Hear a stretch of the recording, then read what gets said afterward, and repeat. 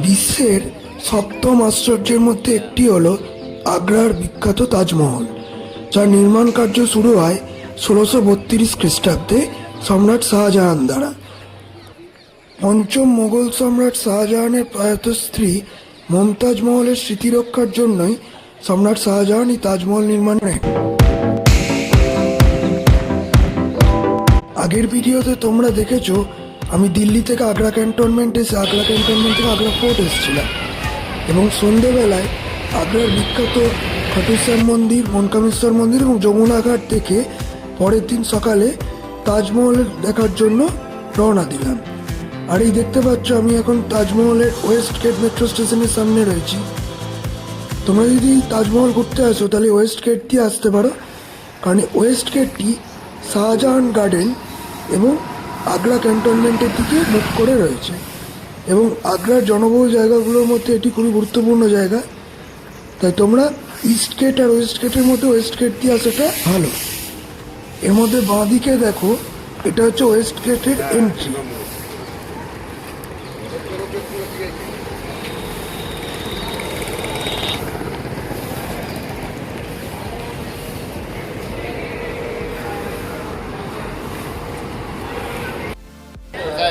West গেটের ticket counter হচ্ছে এটা।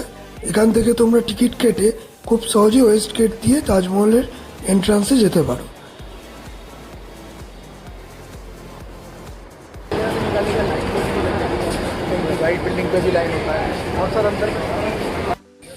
হলো বিখ্যাত ফতেপুরি দরওয়াজা, যা ওয়েস্ট গেট নামে পরিচিত। আর এই ফতেপুরি দরওয়াজার নাম হয়েছে শাহজাহানেরই এক পত্নী ফতেপুর বেগমের নামে।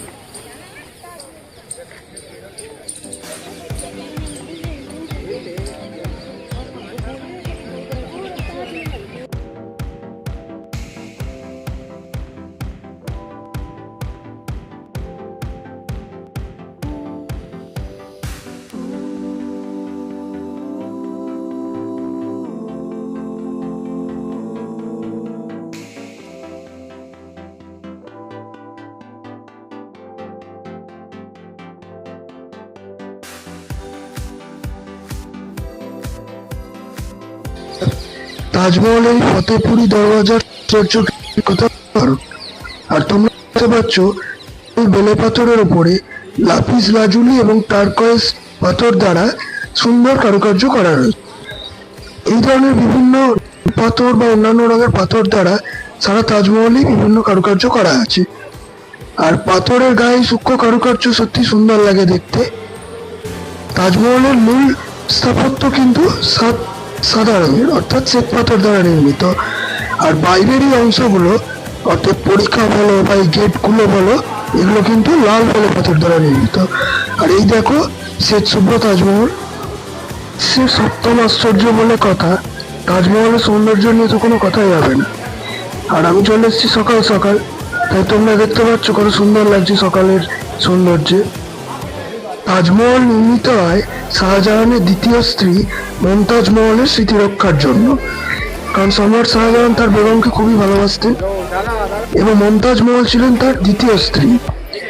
এবং আরো একটি গুরুত্বপূর্ণ বিষয়, মমতাজ মহলের মৃত্যু হয়েছিল মধ্যপ্রদেশের বোরহানপুরে, যেখান থেকে পরবর্তীকালে তার মৃতদেহ এই তাজমহলের যে ভিতরকার যে ম্যাসালিয়াম রয়েছে, অর্থাৎ সমাধিক্ষেত্র, তার ভিতরের কক্ষে তাকে সমাধিস্থ করা হয়।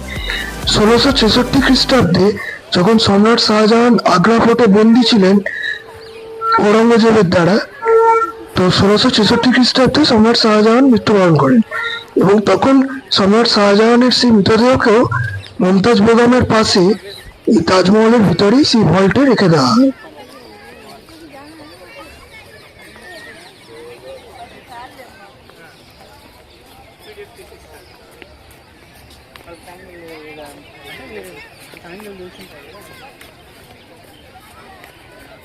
তাজ গার্ডেনে অবস্থিত এই বিখ্যাত জলাধার অর্থাৎ ফোয়ারা আগেকার দিনে সুড়ঙ্গের মাধ্যমে যমুনা নদীর সাথে সরাসরি যুক্ত ছিল।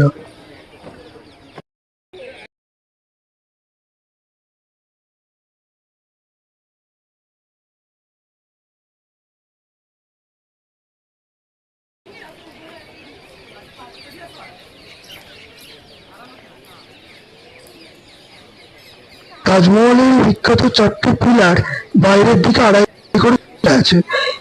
মুঘল স্থাপত্যশৈলীর এই কার্যের কারণ হলো যাতে কোনো তাজমহলের উপর যাতে পড়ে না।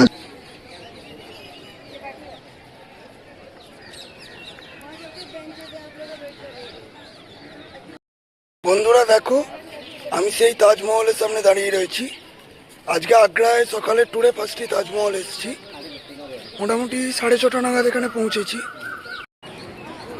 তাজমহল বাইরে থেকে যতটা সুন্দর লাগে, ভিতরেও ঠিক ততখানি সুন্দর। ভিতরে একটি অষ্টভুজাকৃতি কক্ষ রয়েছে, যেখানে সম্রাট শাহজাহান এবং মুমতাজ মহল শায়িত রয়েছেন। কিন্তু যারা পর্যটকরা যে বাইরের কক্ষটি দেখেন, সেখানে যে সমাধি কক্ষগুলো রয়েছে সেগুলো আদতে নকল। আসল সমাধিক্ষেত্র কিন্তু নিচের ফল্টে আছে। অর্থাৎ পর্যটকরা যে ফ্লোরের মধ্যে ঢোকেন এবং ভিতরকার কারুকার্য দেখেন, যেখানে ক্যামেরা নিয়ে যাওয়া অ্যালাউড নয়, তার ঠিক নিচেই আছে আসল সমাধিক্ষেত্র। আর এই তোমরা দেখতে পাচ্ছ বিখ্যাত যমুনা নদী, যার তীরে ঐতিহাসিক তাজমহল অবস্থিত। তোমরা যদি সকাল সকাল তাজমহল আসো, তাহলে যমুনা নদীর ভিউ তোমরা খুব সুন্দরভাবে দেখতে পাবে এবং খুব একটা রোদ হবে না।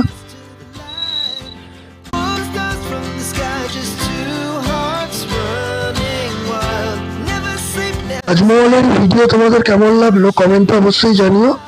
বং লাইফ অ্যান্ড ব্লগস চ্যানেলটাকে সাবস্ক্রাইব করো এবং পাশে থেকো। পরবর্তী ভিডিওতে তোমরা দেখতে পাবে আগ্রা ফোর্ট এবং পথপুর সিক্রির কাহিনী এবং ভ্রমণ বৃত্তান্ত।